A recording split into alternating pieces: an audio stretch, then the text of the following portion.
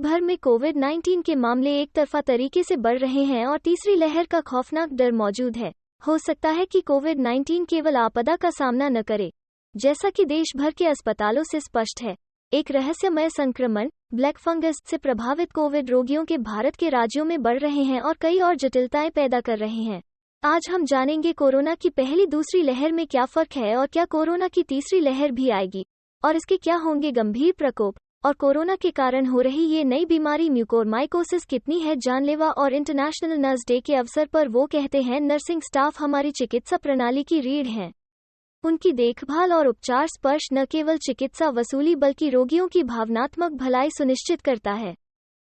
अपने खास दिन पर कोविड के खिलाफ लड़ाई में फ्रंटलाइन वॉरियर्स के योद्धाओं को सलामी देते हुए नागपुर धमतौली स्थित गेटवेल हॉस्पिटल के संचालक डॉक्टर राजेश स्वर्णकार। अगर बात की जाए कोरोना की, पिछले साल 2020 से कोरोना की शुरुआत हुई थी। फर्स्ट वेव और सेकंड वेव दोनों में क्या फर्क आपको दिखाई दिया है, क्या कहेंगे? बिल्कुल, क्योंकि हम लोग ने पहले भी फर्स्ट वेव में भी ट्रीटमेंट किया था और हमारा हॉस्पिटल तब भी कोविड हॉस्पिटल था, अभी भी है।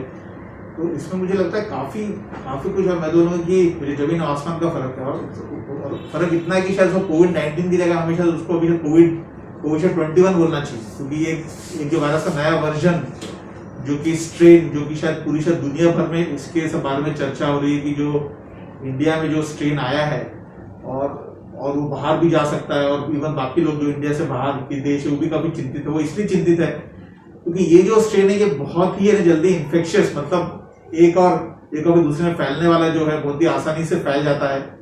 तो इसलिए हमने जैसे पहले वेव में देखे थे कि शायद एक अगर फैमिली थी उसमें अगर 5 लोग और पॉजिटिव तो अगर होते थे तो उसमें 2 से नेगेटिव रहते थे, लेकिन यहाँ पे तो देखा कि एक बार अगर किसी फैमिली पॉजिटिव तो सभी लोग आगे पीछे पॉजिटिव होते ही हैं, सभी लोग 100%। एक तो ये वाला डिफरेंस देखा कि ये बहुत जल्दी बिल्कुल फैलता है।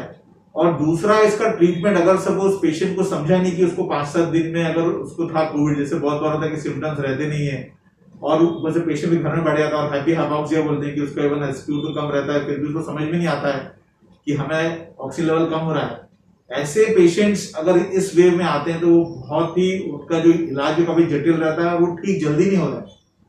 तो हमने देखा कि जैसे पहले वेव में आईसीयू में पेशेंट आते थे, थोड़े दिन रहते थे और फिर चले जाते थे, लेकिन इस बार जो भी पेशेंट अटके हैं आईसीयू में, जिनको काफी टाइम लग रहा है, उनके लंग्स में भी बहुत ज्यादा उससे फर्क पड़ा है, जिससे पोस्ट कोविड फाइब्रोसिस और लंग में जो प्रॉब्लम हो रहा है वो भी काफी ज्यादा हो रहा है पहले से ज्यादा। दूसरा, फीमेल्स जो देखे थे हमने, फीमेल्स फर्स्ट में काफी कम दिखी थी, इस बार हमने देखा कि फीमेल्स को भी ज्यादा हो रहा है। भले उनके डेथ्स ज्यादा उतनी नहीं हो रही, लेकिन फिर भी फीमेल्स में ज्यादा हो रहा है। और ऐसी बहनें ये सब एक्चुअली गांव की, रूरल एरिया की है, जहाँ पे थोड़ा सा होता है निग्लेक्ट, तो होता ही है थोड़ा सा ये जो महिलाओं में, तो वो थोड़ा लेट आते हैं। लेट आने के कारण उनमें थोड़ा सा प्रॉब्लम ज्यादा होता है, उनका एडमिशन करना पड़ता है। तो ये वाली दोनों जो चीज देखिए, विरुलेंट स्ट्रेन जिसको बोलते हैं, विरुलेंट और पैथोजेनिक, ये 2 चीज ये स्ट्रेन में है और इसका तो पूरी चर्चा दुनिया में हो रही है और सभी लोग चिंतित हैं। हमने जैसे बात की थी, पहले जो वेव था, पहले वेव में लंग फाइब्रोसिस बहुत हद तक के देखा जाता है, जो कि अभी देखा जा रहा है। लेकिन म्यूकरमाइकोसिस, ये जो फंगल इन्फेक्शन है जो नाक से होते हुए आंखों में जाता है, आंखों से ब्रेन में जाता है, यहाँ तक कि अब तक के सुनाया है आपने पहला म्यूकरमाइकोसिस डिफाइन किया है, पेशेंट डिफाइन किया है, जिसके लंग में म्यूकरमाइकोसिस हुआ है, क्या कहेंगे इस बारे में? बिल्कुल, तो ये जो लंग म्यूकरमाइकोसिस, जिसको ब्लैक फंगस भी बोलते हैं, ये बहुत ही खतरनाक फंगस होता है।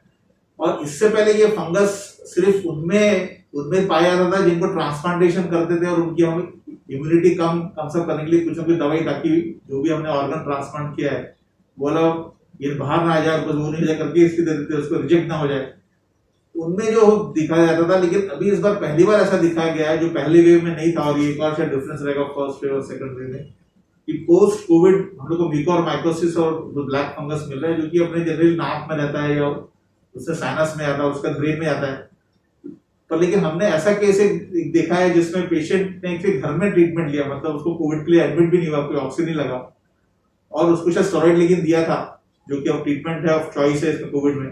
और उसको कम से कम 4 से 5 हफ्ते बाद वो जब आया तो उसके फेफड़े में हमने जब देखा तो उसमें पूरे छेद हो चुके थे, और उसको हमने जब ये सब स्कोपी से ब्रोंकोस्कोप डाल के, उसके दूरबीन डाल के उसको निकाल के जब टेस्ट किया तो उसके अंदर फर्स्ट हमको लंग्स के अंदर म्यूकरमाइकोसिस मिला। तो म्यूकरमाइकोसिस से डर इसलिए है क्योंकि अगर पेशेंट को होता है तो उसके लिए ऑपरेशन नहीं करना पड़ता है, और ये पोस्ट कोविड पेशेंट में ऑपरेशन करना थोड़ा सा प्रॉब्लम जटिल होता है, क्योंकि एकदम से अभी कोविड हुआ है और ऑपरेशन के फिर मुझे खतरे भी रहते हैं। और दूसरा, इसका ट्रीटमेंट करने के बावजूद इसमें 10 में से 8 लोग शायद मुझे लगता बचते नहीं है। तो उसमें मॉर्टेलिटी रेट या ये जो मृत्यु दर ये 80 से 90%, तो बहुत खतरनाक है और ये हो रहा है, और जो कि एकदम काफी कुछ चिंताजनक है। सर, जैसे आपने कहा कि लंग्स में पहली बार म्यूकरमाइकोसिस देखा गया, तो बॉडी के किसी और पार्ट में भी म्यूकरमाइकोसिस मिल सकता है तो क्या? म्यूकरमाइकोसिस कहीं भी हो सकता है। तो इसमें देखा गया है कि लंग्स में, क्योंकि हम उसके फंगस के स्पोर्स जो होते हैं वो हम लोग सांस से खींचते हैं अंदर, तो वो वाले जाते हैं साइनसिस में, लेकिन वो किसी बॉडी में ऐसा था जैसे अगर मसल में आ गया तो मसल को खा लेता है वो। तो ये जो फंगस है ये एक्चुअली पूरा फ्लैश ईटिंग एक्चुअली जो फंगस है, मतलब मांसपेशी और इनको भी ये खा लेता है, और जहां पे भी रहेगा उसको एकदम उसको पूरा खा लेगा। तो इसको ज़ूम्बी फंगस ही बोलते हैं, ज़ूम्बीज लोग जो रहते हैं वैसे उसको ज़ूम्बी फंगस ही बोलते हैं। वो पूरा फ्लैश ईटिंग फंगस, तो बहुत खतरनाक।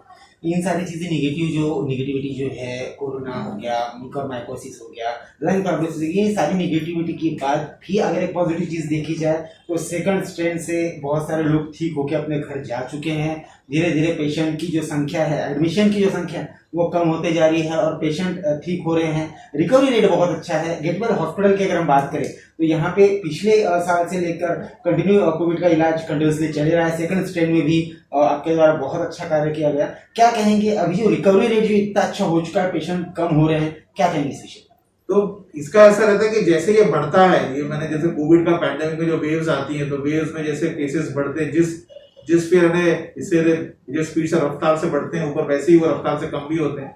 तो ये हमने मार्च के शायद एंड से हमने सिलसिला देखा था कि काफी केसेस हो गए थे और बेड मिलना मुश्किल हो गया था, लेकिन अभी 1 महीना हो चुका है और ये जो मई के फर्स्ट वीक के बाद से केसेस काफी कम हुए हैं। ये तो बिल्कुल अच्छी बात है। और लेकिन एक ही आशंका है कि हर समय जब भी होता, लॉकडाउन में हम देखते हैं कम होता है, लेकिन लॉकडाउन खुलता है तो क्या लोगों को लगता है कि सब कुछ ठीक हो गया और उसी इसके लिए वो अपना जो कोविड अप्रोप्रिएट बिहेवियर छोड़ देते हैं, और उनको बाद में फिर प्रॉब्लम होगी, उसका फिर कुछ ना कुछ तो सब भुगतान करना पड़ता है। तो ये भी एक प्रॉब्लम है। तो लेकिन ये अच्छी बात है कि अभी कम हो रहा है और शायद रेट कम होगी।